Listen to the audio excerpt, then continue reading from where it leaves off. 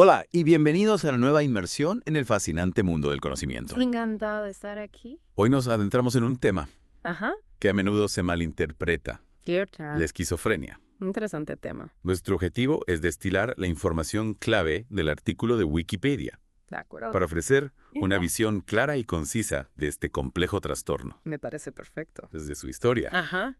hasta sus síntomas, causas y tratamientos. Interesante. Prepárate para descubrir datos sorprendentes Súper. que quizás desafíen tus ideas preconcebidas. Es un placer acompañarte en este viaje de conocimiento. Genial. La esquizofrenia es un trastorno que ha intrigado y desafiado a la medicina durante siglos. Sin duda. Comencemos, pues, desentrañando el significado del término esquizofrenia. Me parece un buen punto de partida.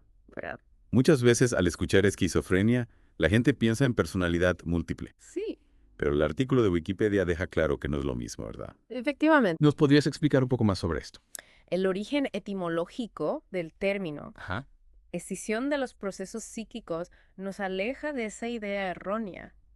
Ya veo. No se trata de personalidades divididas, sino de una profunda alteración en la forma en que se interconectan las emociones, los pensamientos y los comportamientos. Entonces, más que una división de la personalidad, se trata de una fragmentación de la experiencia vital. Exacto. Y según el artículo, esta fragmentación afecta a un 1% de la población mundial, Así es, lo que subraya la importancia de comprender este trastorno. precisamente. Para comprenderlo mejor, creo que es importante hacer un recorrido por la historia de cómo la humanidad ha ido descifrando este enigma. Totalmente de acuerdo. Adentrémonos en la historia de la esquizofrenia. Hagámoslo.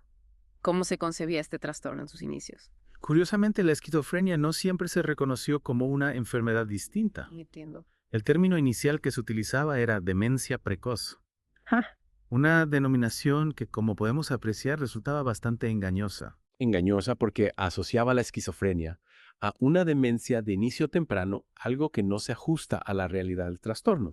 Imagino que a lo largo de la historia, diversos investigadores han contribuido a una mejor comprensión de la esquizofrenia. Por supuesto. ¿Podrías hablarnos de algunas figuras clave? Philippe Pinel, por ejemplo, fue un pionero en el estudio del trastorno bipolar. Interesante. Sus meticulosas descripciones, diferenciando los estados contrastantes de la melancolía, fueron esenciales para comprender la complejidad de los trastornos mentales.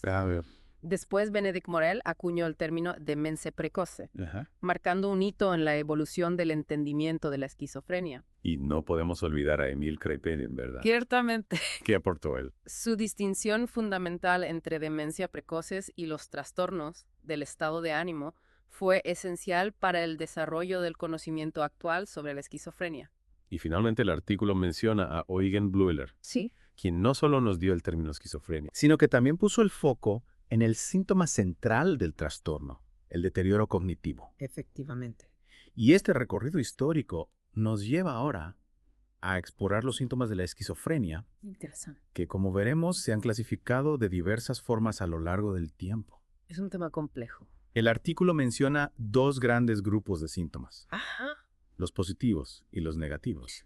¿Podrías explicarnos esta distinción? Con mucho gusto. Adelante. Los síntomas positivos son aquellos que añaden algo a la experiencia del individuo, Por ejemplo, como las alucinaciones, especialmente auditivas, entiendo. o los delirios, que pueden manifestarse como paranoia o ideas de grandeza. Interesante. También se incluyen la desorganización del habla y el pensamiento. Es decir, manifestaciones que no forman parte de la experiencia normal. Exacto. ¿Y qué hay de los síntomas negativos? Los síntomas negativos, por otro lado, se refieren a la ausencia de funciones que normalmente están presentes. Ya.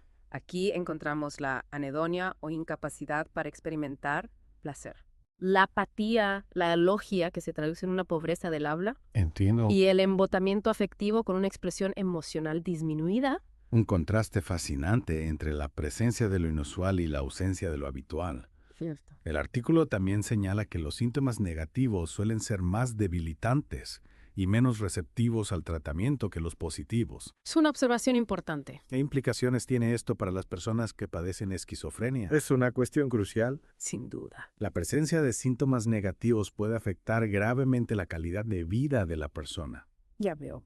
dificultando su integración social y laboral. Claro. Además, la menor respuesta al tratamiento plantea un desafío adicional para los profesionales de la salud mental. Comprendo. Es un tema que requiere atención. Y aparte de esta clasificación general en síntomas positivos y negativos, ha habido otros intentos de categorizar los síntomas de la esquizofrenia. Sí, a lo largo de la historia se han propuesto diversos modelos para comprender mejor la complejidad de los síntomas. Cuéntanos un poco más sobre estos modelos. En la década de los 80, Tim Crow propuso la clasificación de la esquizofrenia en tipo D y tipo C, basándose en la predominancia de síntomas positivos o negativos respectivamente. Interesante. Un avance significativo en la época. ¿Y qué de otros modelos? Tenemos el modelo de 3 factores de Little, que identifica la distorsión de la realidad, la pobreza psicomotora y la desorganización como elementos clave. Entiendo. Este modelo fue posteriormente expandido por Lenzenweger y Dworkin, quienes añadieron el funcionamiento social premórbido como un cuarto factor. Un factor que nos habla de la historia del individuo antes de la aparición de la enfermedad. Exacto. Interesante. Y por último, no podemos olvidar el modelo de 5 dimensiones de Neil Caimasa y Jim Van Os, que se basa en las similitudes entre el trastorno bipolar y la esquizofrenia. Ya veo. Este modelo desafía las fronteras diagnósticas tradicionales, incluyendo síntomas como la manía y la depresión. Una visión que amplía nuestra perspectiva sobre la complejidad de la esquizofrenia y su relación con otros trastornos. Y es precisamente esa complejidad la que nos lleva al siguiente punto de nuestra inmersión. ¿Cuál es? La exploración de las causas de la esquizofrenia. Un tema crucial. Un terreno, me imagino, donde se entrelazan múltiples factores. Así es. No es así. La esquizofrenia no tiene una causa única, sino que se produce por una compleja interacción entre factores genéticos y ambientales. Un rompecabezas con piezas de diversa naturaleza. Una buena analogía. ¿Qué nos dice el artículo sobre estos factores? Un dato interesante es que las tasas de diagnósticos son mayores en áreas urbanas. ¿En serio? Esto nos hace pensar en el papel del estrés, el aislamiento social y la exposición a factores ambientales como posibles desencadenantes. Un dato que invita a reflexionar sobre el impacto de la vida moderna en nuestra salud mental. Sin duda. ¿Hay otros factores que se hayan asociado a un mayor riesgo de desarrollar esquizofrenia? Sí se ha observado un curioso efecto de la estacionalidad. ¿Qué consiste? Se ha detectado que un mayor número de personas con esquizofrenia nacen en invierno o primavera, especialmente en el hemisferio norte. Interesante. Aunque aún no se ha determinado la causa exacta, este dato sugiere que las condiciones ambientales durante el desarrollo prenatal podrían tener un impacto en la vulnerabilidad a la esquizofrenia. Una pieza más del puzzle, que aún no tiene un lugar definido. ¿Cierto? ¿Y qué hay de las infecciones prenatales? Sí, El artículo las menciona como un posible factor de riesgo. efectivamente. ¿Qué sabemos sobre esto? Se ha demostrado que la exposición a ciertas infecciones durante el embarazo puede aumentar el riesgo de desarrollar esquizofrenia en la vida adulta. Vaya. Esto nos indica la importancia del desarrollo temprano en la salud mental a largo plazo. Un recordatorio de lo crucial que es cuidar de la salud durante el embarazo. Totalmente de acuerdo. Y por último, aunque controvertido, debemos mencionar el papel del abuso de sustancias. Es un tema complejo, ¿Controvertido en qué sentido? porque no está claro si el abuso de sustancias es una causa o una consecuencia de la esquizofrenia. Ya veo. Es posible que en algunos casos el consumo de drogas o alcohol pueda desencadenar un episodio psicótico, mientras que en otros casos el consumo de sustancias sea una forma de automedicación o un intento de lidiar con los síntomas de la esquizofrenia.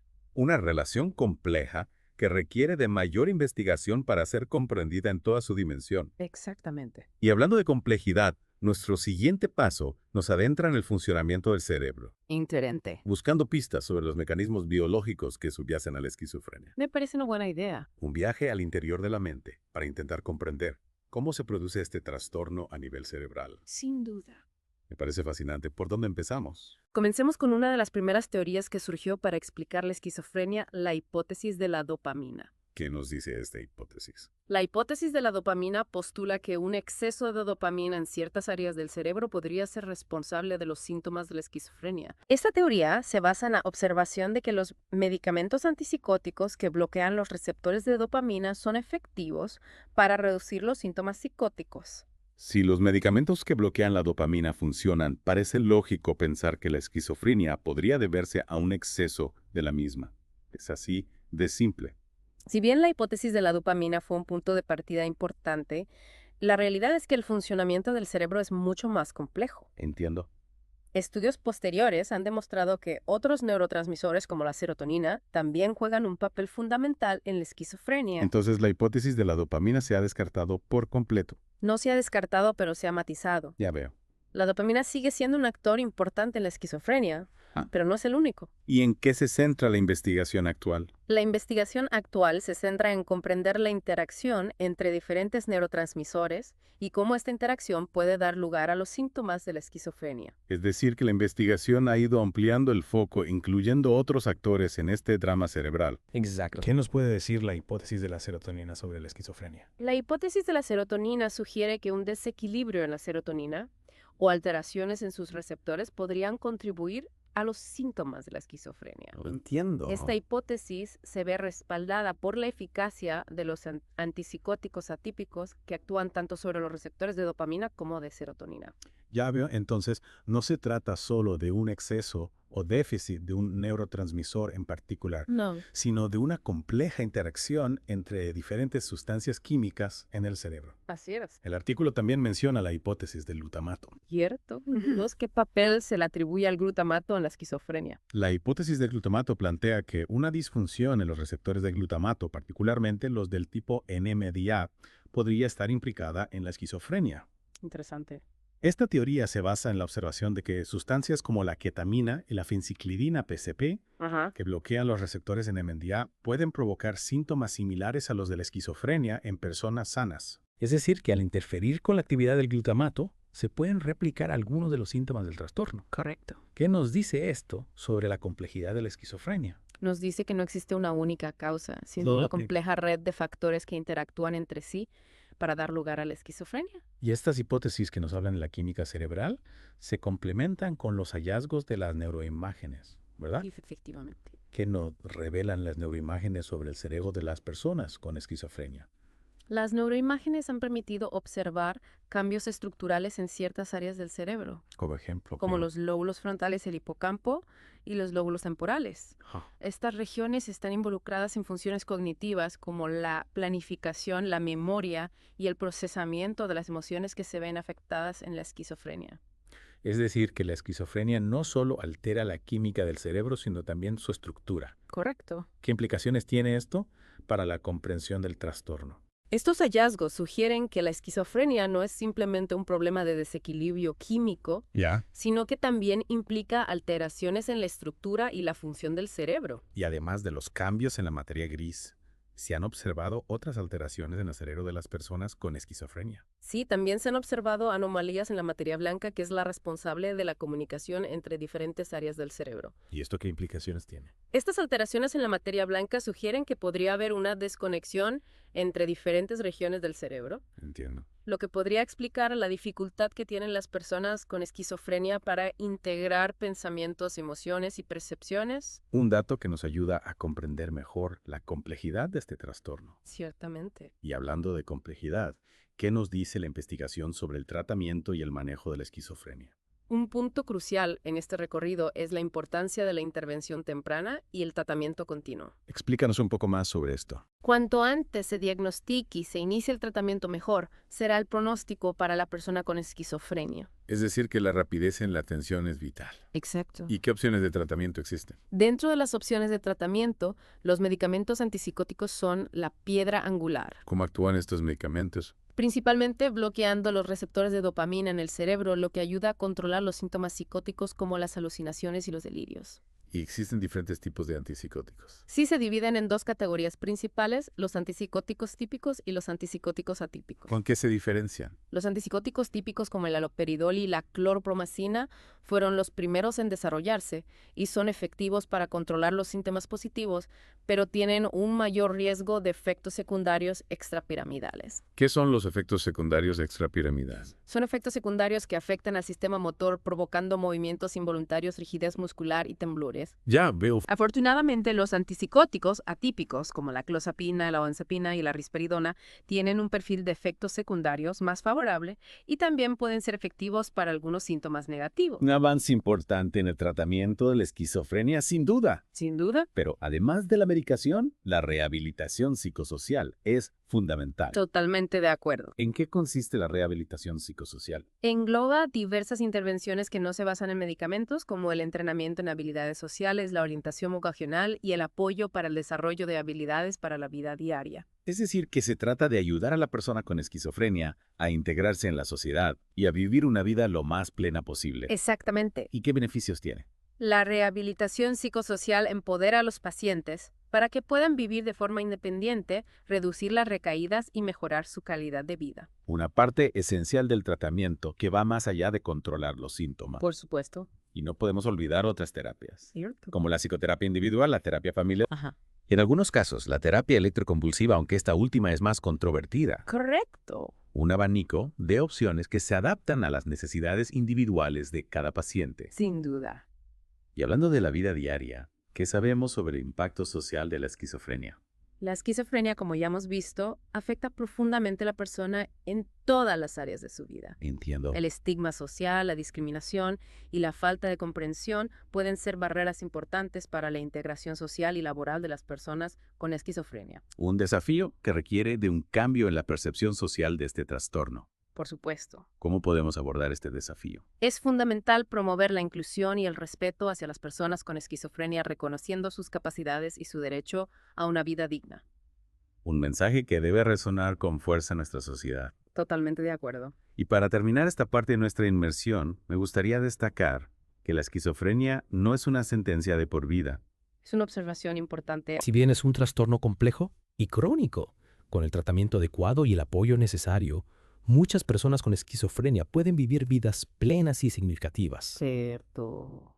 Un mensaje de esperanza que nos recuerda que la esquizofrenia no define a la persona, sino que es una parte de su experiencia vital. Correcto. Y con esto concluimos la primera parte de nuestra inmersión en el mundo de la esquizofrenia. Estupendo. Retomamos nuestra inmersión en el complejo mundo de la esquizofrenia. En la primera parte exploramos la historia, los síntomas y las posibles causas de ese trastorno. Ahora nos adentraremos en la investigación actual que está desafiando la visión tradicional de la esquizofrenia como un camino lineal hacia el deterioro. ¿A qué te refieres con eso de visión tradicional? Se está replanteando la forma de entender la esquizofrenia. Exactamente. Durante mucho tiempo se pensó que la esquizofrenia conducía inevitablemente a un declive progresivo de las capacidades de la persona. Sin embargo, la investigación actual nos muestra que la evolución de la esquizofrenia es muy heterogénea. ¿Qué significa eso de heterogénea? No todos los pacientes siguen el mismo curso. Así es, no todos los pacientes siguen el mismo camino. Algunos experimentan remisiones completas o parciales, mientras que otros pueden tener un curso más fluctuante, con periodos de mejoría y empeoramiento. Ya, eso es realmente interesante. Significa que hay esperanza para las personas con esquizofrenia. Sin duda, la investigación actual se centra en identificar los factores que contribuyen a una mejor evolución de la esquizofrenia, como la intervención temprana, el apoyo social, el estilo de vida saludable y la adherencia al tratamiento. Es decir, que hay mucho que se puede hacer para influir en el curso de la esquizofrenia. Y si pensamos en la recuperación, hay ejemplos de personas con esquizofrenia que han logrado llevar vidas plenas y exitosas. Por supuesto. Un caso emblemático es el de John Forstnash, un brillante matemático que, a pesar de su diagnóstico de esquizofrenia, realizó importantes contribuciones a la teoría de juegos y recibió el Premio Nobel de Economía en 1994. Su historia nos demuestra que la esquizofrenia no define a la persona, sino que es una parte de su experiencia vital. Un ejemplo inspirador que nos recuerda que las etiquetas diagnósticas no deben limitarnos. Volviendo al tema de la recuperación, ¿qué factores específicos se han asociado a una mejor evolución en la esquizofrenia? Como mencionaba antes, la intervención temprana es crucial. Cuanto antes se diagnostique y se inicie el tratamiento, mejor será el pronóstico. ¿Y qué papel juega el apoyo social en la recuperación? El apoyo social es fundamental. Contar con una red de familiares y amigos que comprendan el trastorno y brinden apoyo emocional puede marcar una gran diferencia en la vida de la persona con esquizofrenia. Y en cuanto al estilo de vida saludable, ¿qué medidas pueden tomar las personas con esquizofrenia para mejorar su bienestar? Mantener una dieta equilibrada, hacer ejercicio físico de forma regular, dormir lo suficiente y evitar el consumo de sustancias nocivas como el alcohol o las drogas son hábitos que pueden contribuir a una mejor salud física y mental. Y por último, ¿qué importancia tiene la adherencia al tratamiento en la evolución de la esquizofrenia? La adherencia al tratamiento tanto farmacológico como psicosocial es esencial para controlar los síntomas, prevenir recaídas y mejorar la calidad de vida. Es importante que las personas con esquizofrenia trabajen en colaboración con su equipo de salud mental para encontrar el tratamiento más adecuado a sus necesidades y que se comprometan a seguirlo de forma constante. Me parece que hemos cubierto un amplio espectro de información sobre la esquizofrenia, desde sus aspectos históricos hasta los tratamientos más actuales. Y si tuvieras que destacar un mensaje clave para nuestra audiencia, ¿cuál sería? Diría que la esquizofrenia, si bien es un trastorno complejo y desafiante, no es una sentencia de muerte. Con el tratamiento adecuado, el apoyo social y el compromiso personal, las personas con esquizofrenia pueden vivir vidas plenas y significativas. Un mensaje de esperanza que sin duda será de gran valor para nuestra audiencia. Y con esto, concluimos la segunda parte de nuestra inmersión en el mundo de la esquizofrenia. En la tercera parte, exploraremos algunas de las controversias y desafíos que rodean a este trastorno. Retomamos nuestra inmersión en el mundo de la esquizofrenia. En las partes anteriores, hemos explorado sus síntomas, causas y tratamientos. Ahora me gustaría adentrarnos en algunos de los desafíos y controversias que rodean a este trastorno. Me parece una excelente idea. A pesar de los avances en la comprensión de la esquizofrenia, aún existen muchos interrogantes y debates en torno a su diagnóstico, tratamiento e impacto social. Empecemos por el diagnóstico. El artículo de Wikipedia menciona que no existe una prueba única para diagnosticar la esquizofrenia. ¿Cómo se llega entonces a este diagnóstico? El diagnóstico de la esquizofrenia se basa en la evaluación clínica, es decir, en la observación del comportamiento del paciente en la entrevista clínica y la información aportada por familiares o personas cercanas. Y no existen pruebas biológicas que puedan ayudar a confirmar el diagnóstico. Aunque se están investigando biomarcadores que puedan ayudar a identificar la esquizofrenia de forma más objetiva por el momento, no existen pruebas de laboratorio que confirmen el diagnóstico. Desde el diagnóstico depende en gran medida de la interpretación del profesional de la salud mental. No hay riesgo de subjetividad o error en este proceso. Claro que existe ese riesgo. Por eso es fundamental que el diagnóstico lo realice un profesional con experiencia en el campo de la salud mental y que se base en criterios diagnósticos bien establecidos. Y hablando de criterios diagnósticos, el artículo menciona que han habido cambios a lo largo de la historia. ¿Podrías hablarnos un poco de esto? Efectivamente, los criterios diagnósticos para la esquizofrenia han evolucionado a lo largo del tiempo, reflejando los avances en la comprensión del trastorno.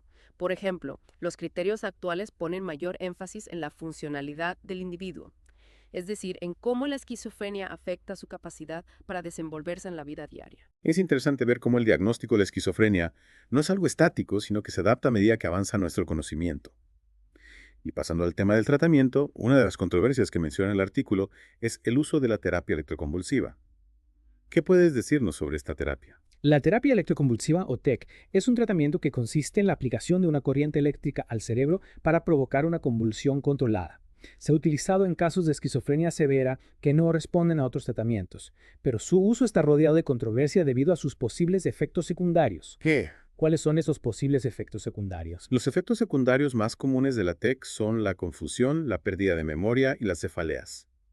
En casos raros pueden producirse efectos secundarios más graves, como problemas cardíacos o daño cerebral. Ya veo. Y parte de la controversia en torno a la TEC, hay otros debates en relación al tratamiento de la esquizofrenia. Sí, uno de los debates más recurrentes es el equilibrio entre la medicación y la psicoterapia. Algunos profesionales defienden el uso de medicamentos antipsicóticos como principal tratamiento, mientras que otros abogan por un enfoque más integral que combine la medicación con la psicoterapia y otras terapias complementarias. ¿Y cuál es la evidencia científica al respecto? Los estudios sugieren que la combinación de la medicación con la psicoterapia ofrece mejores resultados que la medicación sola. La psicoterapia puede ayudar a las personas con esquizofrenia a comprender y manejar sus síntomas, desarrollar habilidades de afrontamiento y mejorar su calidad de vida. Y por último, me gustaría abordar el impacto social de la esquizofrenia. El artículo menciona que el estigma y la discriminación son un gran problema para las personas con este trastorno. ¿Cómo podemos combatir el estigma asociado a la esquizofrenia? La clave para combatir el estigma es la educación. Es necesario informar a la sociedad sobre la esquizofrenia, desmitificar las falsas creencias y promover una visión más comprensiva y humana de las personas que la padecen. Es decir, que la lucha contra el estigma empieza por el conocimiento. Cuanto más sepamos sobre la esquizofrenia, más fácil será romper con los prejuicios y estereotipos que la rodean. Exactamente. Y además de la educación, es fundamental promover la inclusión social y laboral de las personas con esquizofrenia. ¿Qué medidas se pueden tomar en este sentido? Se pueden implementar programas de apoyo para la inserción laboral, promover la accesibilidad a servicios de salud mental de calidad y fomentar la participación activa de las personas con esquizofrenia en la comunidad. Me parece que hemos cubierto un terreno muy amplio en esta inversión en el mundo de la esquizofrenia. Hemos explorado sus síntomas, causas, tratamientos, controversias y desafíos. Si tuvieras que resumir en una frase la principal enseñanza de esta inmersión, ¿cuál sería? Diría que la esquizofrenia es un trastorno complejo y multifacético que requiere una comprensión profunda y un abordaje integral. La investigación continúa avanzando para desentrañar los misterios de este trastorno y ofrecer mejores opciones de tratamiento y apoyo a las personas que la padecen. Y con esa reflexión concluimos nuestra inmersión en el mundo de la esquizofrenia. Esperamos que este viaje te haya proporcionado una visión más clara y compasiva de este trastorno, recordándote que el conocimiento es la mejor herramienta para combatir el estigma y la discriminación.